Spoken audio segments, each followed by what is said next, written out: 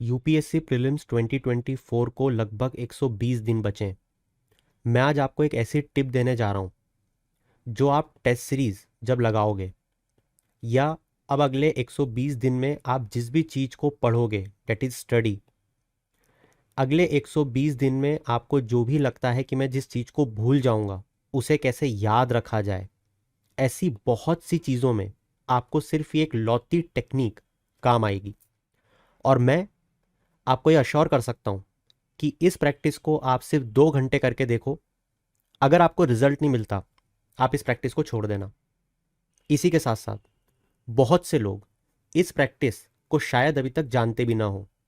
तो चलिए without any delay मैं आपको बताता हूँ कि हम क्या करने की कोशिश कर रहे हैं। देखो, इमेजिन करो 1 मिनट के लिए कि आप किसी टेस्ट सीरीज को अटेम्प्ट कर रहे हो।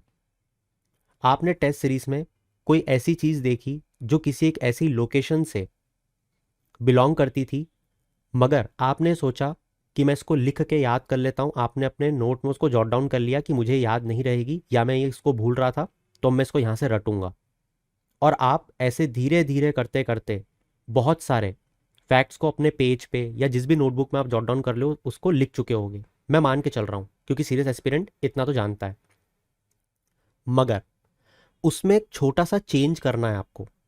चेंज ये करना है, आप टेस्ट सीरीज में जिस भी क्वेश्चन को लगा रहे हो, जैसे मान लो कि वो मैपिंग का कोई क्वेश्चन है, एग्जाम्पल के तौर पे कोई लोकेशन है, ठीक है।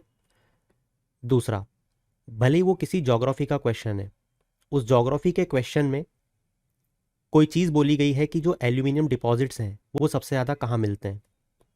मान लो कि कोई एनवायरनमेंट का क्वेश्चन आया, जैसे कि फॉरेस्ट रिपोर्ट।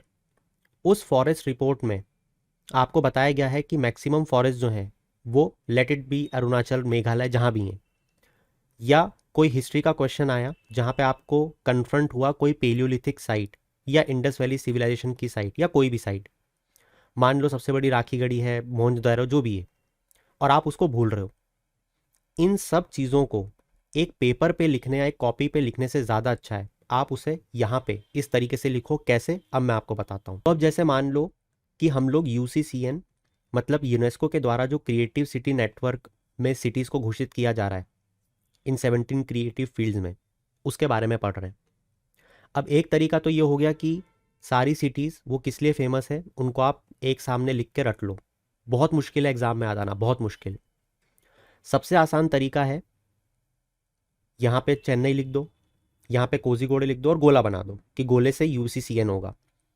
अब ये जो इमेज है ना कोझीकोडे की और चेन्नई की, ये आप जीवन में कभी नहीं भूलोगे, ठीक है।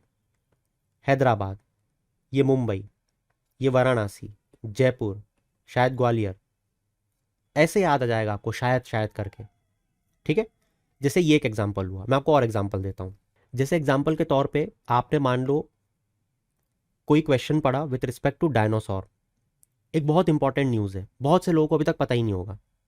अब मान लो आपने लेमेटा फॉर्मेशन के बारे में पढ़ा। देखो, यूपीएससी ऐसी टर्म्स पूछती है, जैसे लेवेंट के बारे में पूछा था, ये एरिया कहाँ पे बिलोंग करता है। डायनासोर के बारे में कुछ ऐसे ऐसे उटपटांग क्वेश्चन पूछती है यूपीएससी, सीधे पूछ लेगी लेमेटा फॉर्मेशन ये क्या है। अब लोगों को पता ही नहीं कि डायनासोर से रिलेटेड है, तो पूरी कहानी रचने की ज़रूरत नहीं है कि डायनासोर से कैसे रिलेटेड है, कौन से फॉसिल मिले, कितने मिले, कहाँ। याद क्या करना है, कहाँ मिले, किससे रिलेटेड है, और बहुत अगर ज़्यादा आपकी इच्छा हुई तो कौन से पीरियड के हैं। That's it.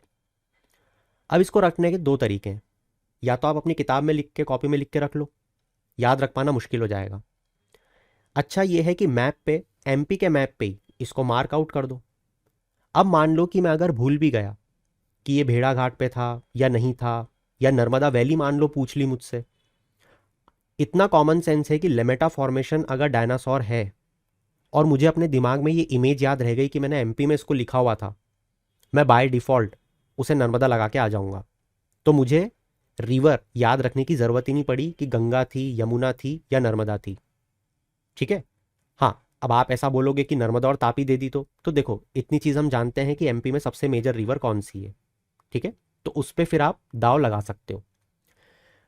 वैसे ही जैसे मान लो आप एल्यूमिनियम इंडस्ट्री के बारे में पढ़ रहे हो, आपको पता है टी बोर्ड्स के बारे में यूपीएससी लगातार पूछती है, तो रादर देन उन चीज़ों को लिख के याद रखना, बेटर है यहाँ पे टोबैको लिख दो, बोर्ड, यहाँ पे रबर लिख दो, बोर्ड। ठीक है, आपको बाय डिफॉल्ट जीवन में याद रहेगा टोबैको कहाँ आता है, रबर कहाँ आता है, अगर टी पूछेंगे तो कहाँ लगाना है, कॉफ़ी पूछेंगे तो कहाँ लगाना है। ये आपने ट्रायंगल से याद रख लिया, CTR। ठीक है, CTR। तो ऐसे तमाम चीज़ें आप याद रख सकते हो। जैसे GI टैग बहुत ज़्यादा चल रहा है ना, कभी मैंगोज पे मिल रहा है, कभी अलग अलग चीज़ों पे। अब मान लो आपने क्वेश्चन को सॉल्व किया, मान लो वो गोवा का क्वेश्चन था।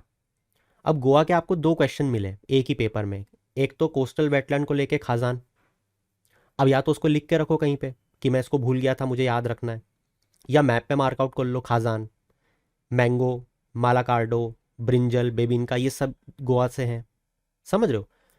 जैसे कोई टॉय आपने पढ़ा, वो टॉय आपको लगा इंपॉर्टेंट है, मगर मैं भूल जाऊंगा कहाँ पे लोकेटेड है या किस स्टेट से बिलोंग करता है, तुरंत लिख लो यहाँ पे।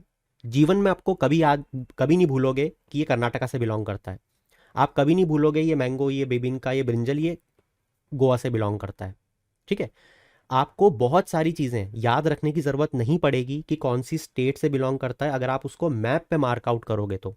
इसी के साथ दोस्तों, मैं आप लोगों को ये भी डिलीवर कर चुका हूँ, आई होप सो आपने देख लिया होगा कि कैसे आपको नदियों के साथ में नेशनल पार्क्स को पढ़ना है, किस तरीके से नदियों के ऊपर नीचे लेफ्ट राइट इस तरीके से आपको पढ़ना है कि कौन सी नदियों के बीच में कौन सा नेशनल पार्क है। क्योंकि क्वेश्चन अब यूपीएससी इतने इजी नहीं पूछ रहा है कि बताओ कौन सी नदी कौन सी स्टेट में बहती है या कौन सा नेशनल पार्क कौन से स्टेट में। वो क्वेश्चन ऐसा पूछ रहे हैं कि कौन सी वाइल्ड लाइफ सेंचुरी या नेशनल पार्क से कौन सी नदी बहती है। अगर आपको ये चीज़ें याद हैं तो बहुत से क्वेश्चंस आप सॉल्व कर पाओगे, आपके कॉम्पिटिटर से आप एटलीस्ट 4 नंबर आगे रहोगे। साथ ही मैंने आपको ये भी बता दिया है कि जो अलग अलग नेशनल पार्क्स हैं पर्टिकुलरली पेनिनसुलर इंडिया के, उसे किस तरीके से नदियों के साथ मार्कआउट करना है, जो दूर है उन्हें दूर, जो पास है उन्हें पास, और कौन से चिपके हुए हैं उनको भी आपको याद रख के जाना है। और फाइनली जो स्पेसिफिक टॉपिक्स होते हैं जैसे माउंटेन रेंज, उनके तो आपको स्पेसिफिक याद ही रखना है कि कौन सी ऊपर आती है, कौन सी नीचे आती है, और स्टेट वाइज। तो इस तरीके से अगर आप करके जाओगे तो इट विल बेनिफिट यू। तो ये टिप थी मेरी तरफ से, इसको फॉलो करके मुझे ज़रूर बताना कमेंट में कि आपको इससे कितना बेनिफिट हुआ, या आपने इसमें कुछ और अमेंडमेंट्स किए जिसने इस चीज़ को और बेहतर बना दिया, ताकि मैं बाकी लोगों को उस चीज़ को बता पाऊँ। That's it from my side for this particular thing. Indian keep shining, have a good day.